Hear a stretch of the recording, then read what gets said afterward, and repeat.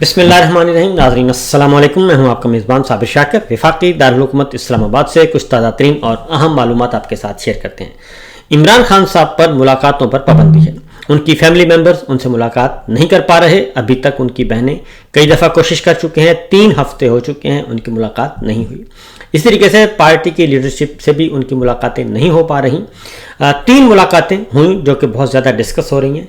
एक है आज़म खान सवाती साहब की मुलाकात, सीनियर रहनुमा हैं पाकिस्तान तहरीक इंसाफ के, और वो बहुत ज़्यादा ज़ेर अताब रहे और बहुत ज़्यादा उनके साथ गैर इंसानी सलूक रवा रखा गया। उनके साथ, उनकी फैमिली के साथ जेल में भी रहे, गिरफ्तार भी रहे।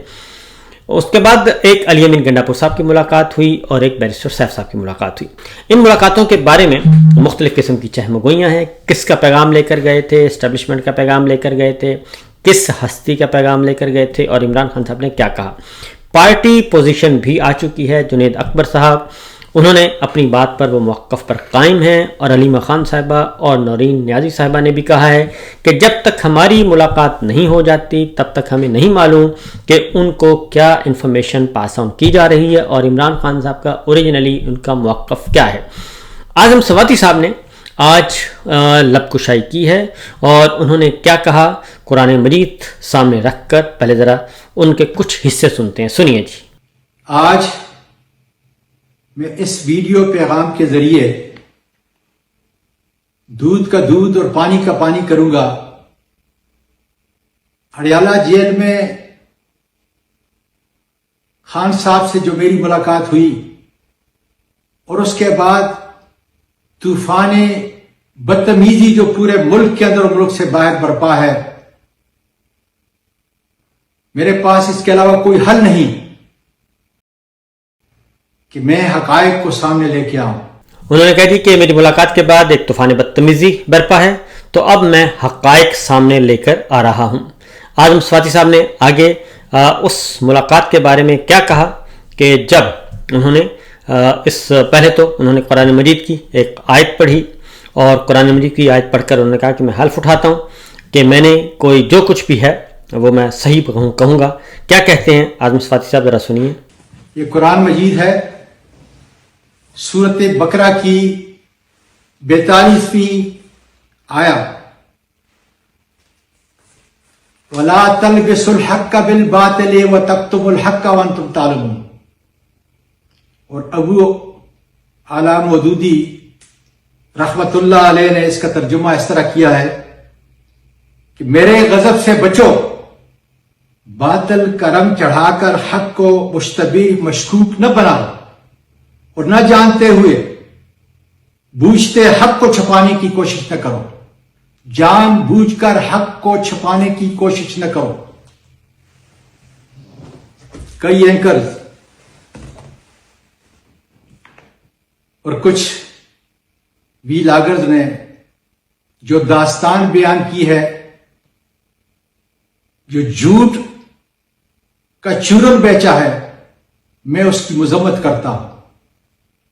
और आज हकीकत सामने आ गई कि इनकी दस्तरस इतनी भी नहीं कि सच जाने के लिए मेरे साथ नादिया खटक और मुबश्शर ऐवान से कम उनसे तो तस्दीक कर लेते कि अंदर क्या हुआ। तो आओ, मैं अल्लाह को हाजिर नाज़िर जानकर ये कह रहा हूं, उम्र के इस हिस्से में, कि अगर मैं इस आयत के पढ़ने के बाद, और दूसरी आयत है, मेरे और आपके परवरदिगार ने कहा कि लानतुल्लाहि अलल काज़िबीन, कि झूठों पर खुदा की लानत है।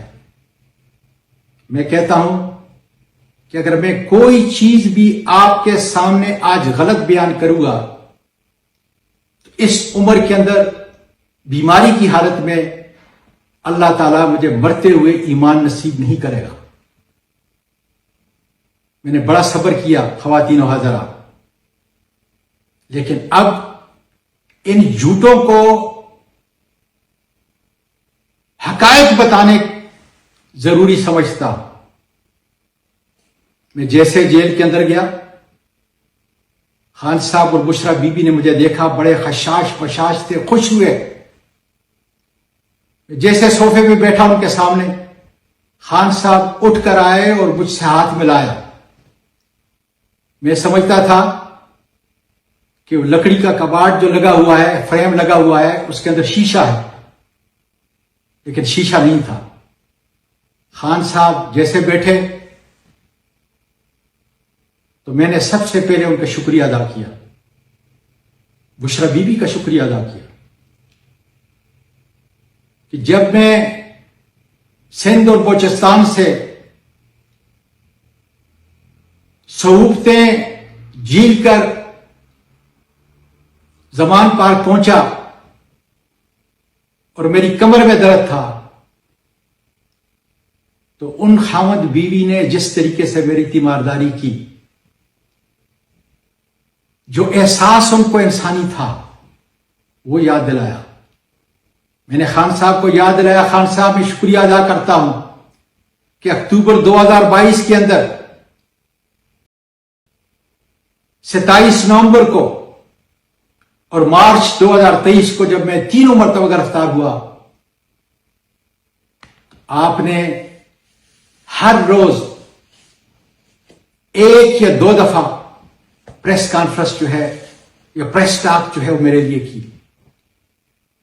मेरे खानदान के लिए की।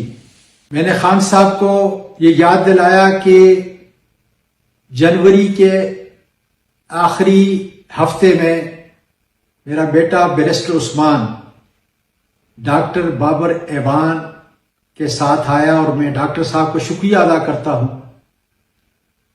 कि उन्होंने आपसे उसको मिलाया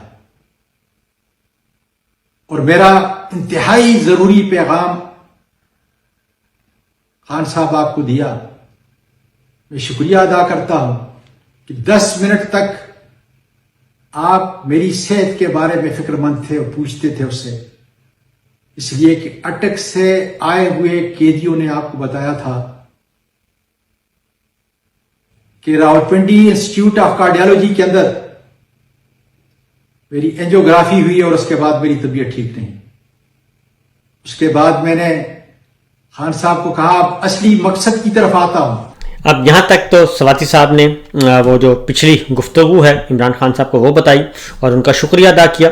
वो कहते हैं जब वो पहले आजम स्वाति साहब गिरफ्तार हुए थे और उनके साथ बहुत बुरा बहिमाना सलूक किया गया था, तो इमरान खान साहब ने काफ़ी आवाज़ उठाई थी आजम स्वाति साहब के बारे में, उनकी कदर करते हैं।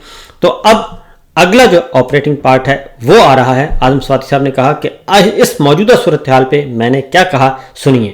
खान साहब, आपकी जेब के अंदर खोटे सिक्के हैं। मैंने 3 मरतबा इस बात को दोहराया और मैंने कहा कि मानसरा में अब मेरे हल्के में मेरा 1 लाख वोट नहीं है, 100 वोट भी नहीं है। इस पर खान साहब हंसे और बुशरा बीबी को बताने लगे कि आजम को जब स्टेब्लिशमेंट ने डिस्क्वालीफाई किया नवाज शरीफ के मुकाबले में, तो वहां से गस्तासफ खान जो हमारी पार्टी को भी छोड़ चुका था, उसके कागजात नामजदगी दाखिल थे, उसको खड़ा किया और नवाज शरीफ इमरान खान के वोट मानसरा के गैरतमंदों ने जो वोट दिए, गस्तासफ खान से बुरी तरह हारा। फिर मैंने खान साहब को याद दिलाया कि दिसंबर 2022 के अंदर जब नए आर्मी चीफ का तकर्रर हो चुका था, आपने एक दिन मुझे बुलाया और कहा कि मैं उससे बातचीत करना चाहता हूं। मेरी टीम के जो कायदीन हैं, कुछ छोड़ चुके हैं, कुछ रहते हैं, ये जब वहां पे जाते हैं तो फौजी मुझे गालियां देते हैं और ये उनके सामने हंसते हैं। तुम जाओ, मुझे एतमाद है और बातचीत के लिए दरवाजा खोलो। मैंने खान साहब को उसने कहा, तुम बिल्कुल ठीक कहते हो। इस पर बुशरा बीवी ने कहा कि भाई, शरीयत मोहम्मदी के तहत सल्लल्लाहु अलैहि वसल्लम तनाजात बातचीत से तय होते हैं। मैंने कहा खान साहब, उसके बाद मैंने जनरल आसिम मुनीर के एक उस्ताद या उसके करीबी दोस्त, उनसे मावनत चाहिए, उन्हें बड़ी कोशिश की। अब आजम स्वाति साहब पिछली बात दोहरा रहे हैं कि जब वो रिहा होकर आए तो उस वक्त जब आसिम मुनीर साहब आर्मी चीफ बन गए थे तो उस वक्त उन्होंने आजम स्वाति साहब से कहा था कि आप ये दरवाज़ा खोलें। तो आजम स्वाति साहब बता रहे हैं कि मैंने फिर आर्मी चीफ के उस्ताद और फिर एक और साहब से मैंने मुआवनत के लिए उन्हें कहा कि आप मेरी मुआवनत करें और बातचीत करवाएं। आगे क्या कहते हैं ज़रा सुनिए। डॉक्टर अलवी साहब के जरिए से काफी कोशिश की गई। इस वक्त एक बड़े मशहूर एंकर हैं, काबिल कदर है मेरे लिए, नाम नहीं लेना चाहता, उनके जरिए से हमने कोशिश की, लेकिन दरवाजे नहीं खुले बातचीत के। मैंने खान साहब को फिर कहा, खान साहब 22 अगस्त को मैं जो यहां पे आया था, अल्लाह गवाह है कि मेरा किसी भी ISI के किसी फर्द से कोई बात नहीं हुई थी। मुझे पार्टी के सारे जो लीडर हैं, जिसमें उमर अयूब खान था, जिसमें अली अमीन खान था, शिबली फराज साहब थे, दीगर लोग वहां पे मौजूद थे, उन्होंने मुझे सोया हुआ उठाया। गौर साहब टेलीफोन पे थे कि आप गौर साहब के साथ जाओगे और इस जलसे को 22 अगस्त के मुलतवी कराओगे, इसलिए कि खून खराबे का खतरा है। ये अब जो अगस्त का पिछला जलसा 22 अगस्त 2024 का, उस वक्त उसकी बात कर रहे हैं जब जलसा मनसूख करवाने के लिए गए थे। तो ये उस किस्से की बात कर रहे हैं। लेटेस्ट अभी क्या बात हुई उसके बारे में अभी इन्होंने बताना है। खत्म नबुव्वत के सिलसिले में मैं वो पैगाम आपके पास ले आया था। खान साहब ने कहा, मुझे अच्छी तरह याद है, आपने कहा था सुलह हुदैबिया, हो सकता है कि ये सुलह हुदैबिया की सूरत इख्तियार कर जाए।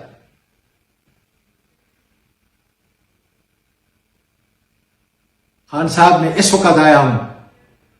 मैंने कहा, मैं इस वक्त आया हूं, मेरा किसी से कोई राब्ता नहीं है, मुझे इजाजत दें कि मैं डॉक्टर अलवी के जरिए और दूसरे लोगों को शामिल करके बातचीत के दरवाजे खोलूं, अपनी कोशिश करूं, नतीजा मेरे परवरदिगार के सामने। खान साहब ने कहा, तुम्हें बिल्कुल इजाजत है। मैंने फिर पूछा कि मुझे तो कम से कम फिर आने का मौका मिलता है या नहीं मिलता। खान साहब ने कहा कि तुम्हें बताने की जरूरत नहीं कि तुम किसके जरिए से बातचीत करोगे। मेरा वर्कर तुम पे एतमाद करता है क्योंकि तुम हर दुश्वारी से गुजरे हो, हर मुसीबत से गुजरे हो और मेरे विजन के लिए खड़े हो। वो तुम्हारी इसीलिए कदर करता है। मुझसे अब तुमने नहीं पूछना। अगर बातचीत करते हैं तो मैं तैयार, पहले दिन की तरह से तैयार हूं। ए मेरे वी लागरो, चंद उनको कहता हूं कि जिन्होंने तूफानी बदतमीजी बर्पा किया हुआ है, खुदा का वास्ता है झूठ न बोलो। इस उम्र के अंदर ये कुरान की किताब है, अल्लाह का वास्ता है मेरे मुल्क को तबाह न करो। बलोचिस्तान को देखो जा रहा है, खैबर पख्तूनख्वा में जो सूरत हाल आपके सामने है, और इसको एक ही शख्स जोड़ सकता है जिसका नाम है इमरान खान। मैं फिर आपको खुदा का वास्ता देता हूं कि इमरान खान को बाहर निकलने का कोई जरिया पैदा करो, कोई जरिया पैदा करो। आतिफ खान अमरीके से आता है, सजाद बरकी आता है, दूसरे लोग आते हैं जिन्होंने मेरे खान के लिए और उसके अज़म के लिए कुर्बानियां दी हैं। आप उसको गालियां देते हो। वो अल्लाह के बंदो, मेरा एक दोस्त लंदन से बैठ के कहता है कि 26 नवंबर को आजम स्वाति कहां था। और मेरे भाई, मैं अटक जेल के अंदर था, तुम बताओ कहां थे।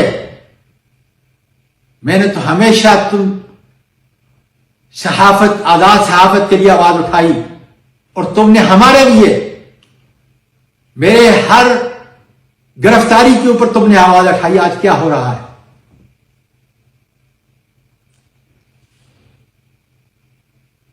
तुम क्या कहते हो कि जब आजम स्वाति ने बातचीत के लिए खान साहब को कहा तो उसने शटअप काट दी। अरे कुछ खुदा का खौफ करो। खान साहब तो जो लोग पार्टी छोड़ के गए हैं वो जाकर मिलते हैं, उनको भी शटअप की कॉल नहीं देता। ये झूठ का चूरन बोलकर मेरे मुल्क को कब तक तबाह करते रहोगे? शर्म की बात है तुम्हारे लिए कि जो तकलीफ मैंने उठाई है इस उम्र के अंदर। बताओ, एक पाकिस्तानी स्वाय उन शहदा के जो शहीद हो चुके हैं इस आजादी की जंग के अंदर, या कोट लखपत के अंदर जो इस वक्त असीरान हैं, या मिलिट्री ट्रायल के अंदर जो बंद हैं, उनके बाद पाकिस्तान का एक लीडर बताओ कि जितनी मैंने, मेरे खानदान ने माली और जानी कुर्बानियां दी हैं, उसका नाम बताओ, ताकि दूध का दूध और पानी का पानी हो सके। कौन सा एक ऐसा जर्नल है जो मेरी इतनी कुर्बानियों के बाद भी मुझे ये कहे कि तुम खान साहब के अज़म को छोड़ो और तुम पीटीआई के अंदर तफरीक पैदा करो? किसकी ये हिम्मत है? इन बूढ़ी हड्डियों ने इस पर जो तशद्दुद हुआ है उसकी रुदाद मेरे खान ने सुनी है। मेरे खान ने एक दफा, और बुशरा बीबी ने कहा आग में खड़े हो गए, तो मैंने कहा मैं खड़े होऊंगा खुदा के बदल से।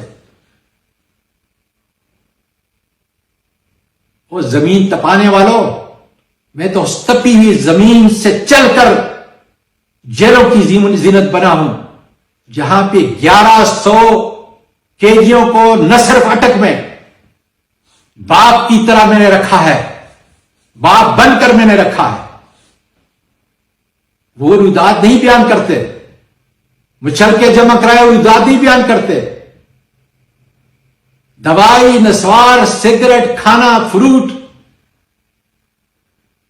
और मैं आफरीन देता हूं मलक एहतशाम को, वाके मलक एहतशाम को, मियां वाली के तारक को, और उन तमाम लोगों को, केपीके की हुकूमत को, और उन सारे वकला को, पार्टी के मेंबरान को जो जेलों में गए, ताकि वहां पिसे हुए अवाम जो 8-8, 9-9, 10-10 मुकदमात के अंदर मुलवस किए गए थे, झूठे मुकदमात, उनको कम से कम कुछ एतमाद दें, उनको सब्र की तलकीन करें। मैं तमाम मेंबरान का, नेशनल असेंबली, सेनेट का, पार्टी के अहदेदारों का, जो वहां पर हमदर्दी के लिए गए, उनका शुक्रिया अदा करता हूं। ख्वातीनो हज़रात,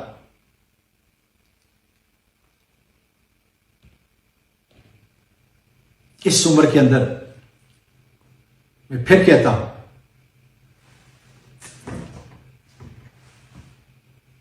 कि खुदारा, इस मुल्क को अगर हमने बचाना है तो शर और फसाद पैदा करने वालों का मुंह बंद करना पड़ेगा।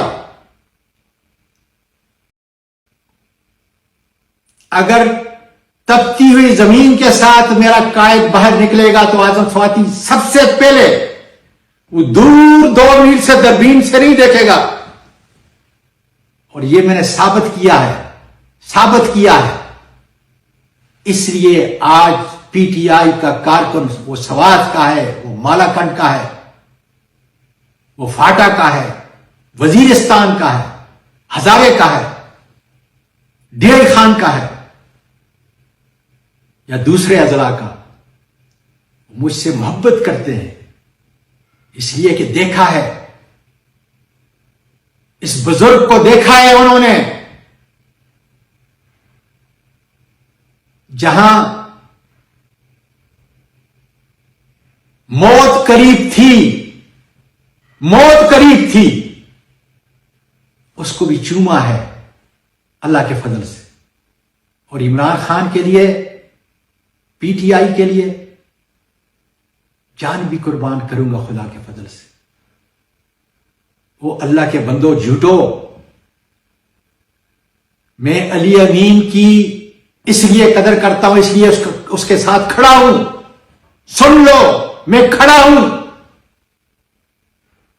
कि वो मेरे इमरान खान का तर्जुमान है, मेरे इमरान खान का सीएम है। मैं जुनैद अकबर के साथ इसलिए खड़ा हूं कि खैबर पख्तूनख्वा की हमारी पार्टी का वो सदर है, इमरान खान का चुना हुआ है। मैं सलेमान अकरम राजा के साथ इसलिए खड़ा हूं कि वो मेरे खान का सेक्रेटरी जनरल है पीटीआई का। अंदर में तारीफ की, बाहर मैंने तारीफ की, खान ने उनकी तारीफ की। और आपने जो तूफान बदतमीजी, झूठ पर झूठ,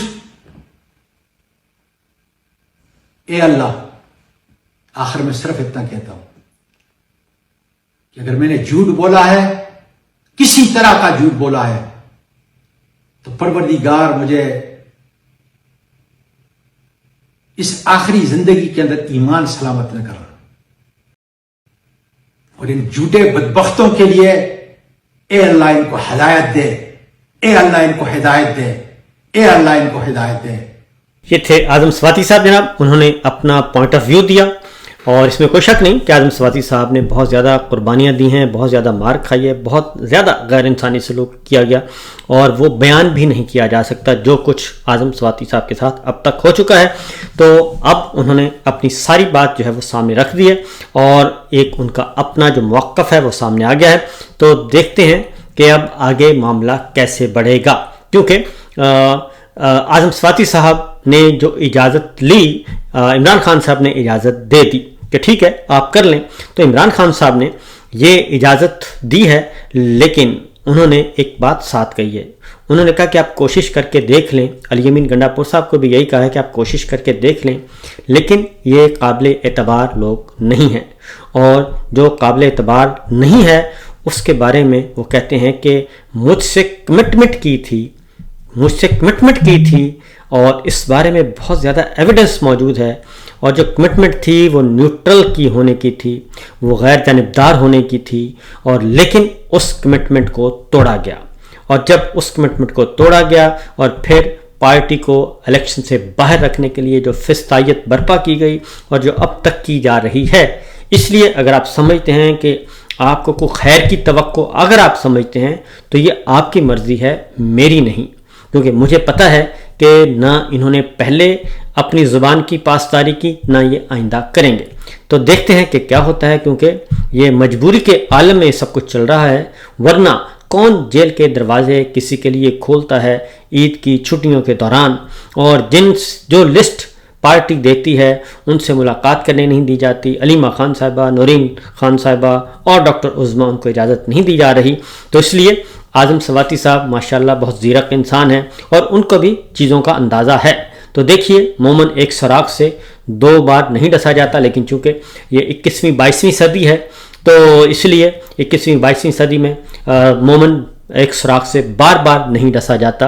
तो अल्लाह ताला से दुआ है कि पाकिस्तान आगे बढ़े और ये लड़ाई ख़त्म हो। फिर वक्त इतना ही, इजाज़त दीजिए, अल्लाह हाफिज़।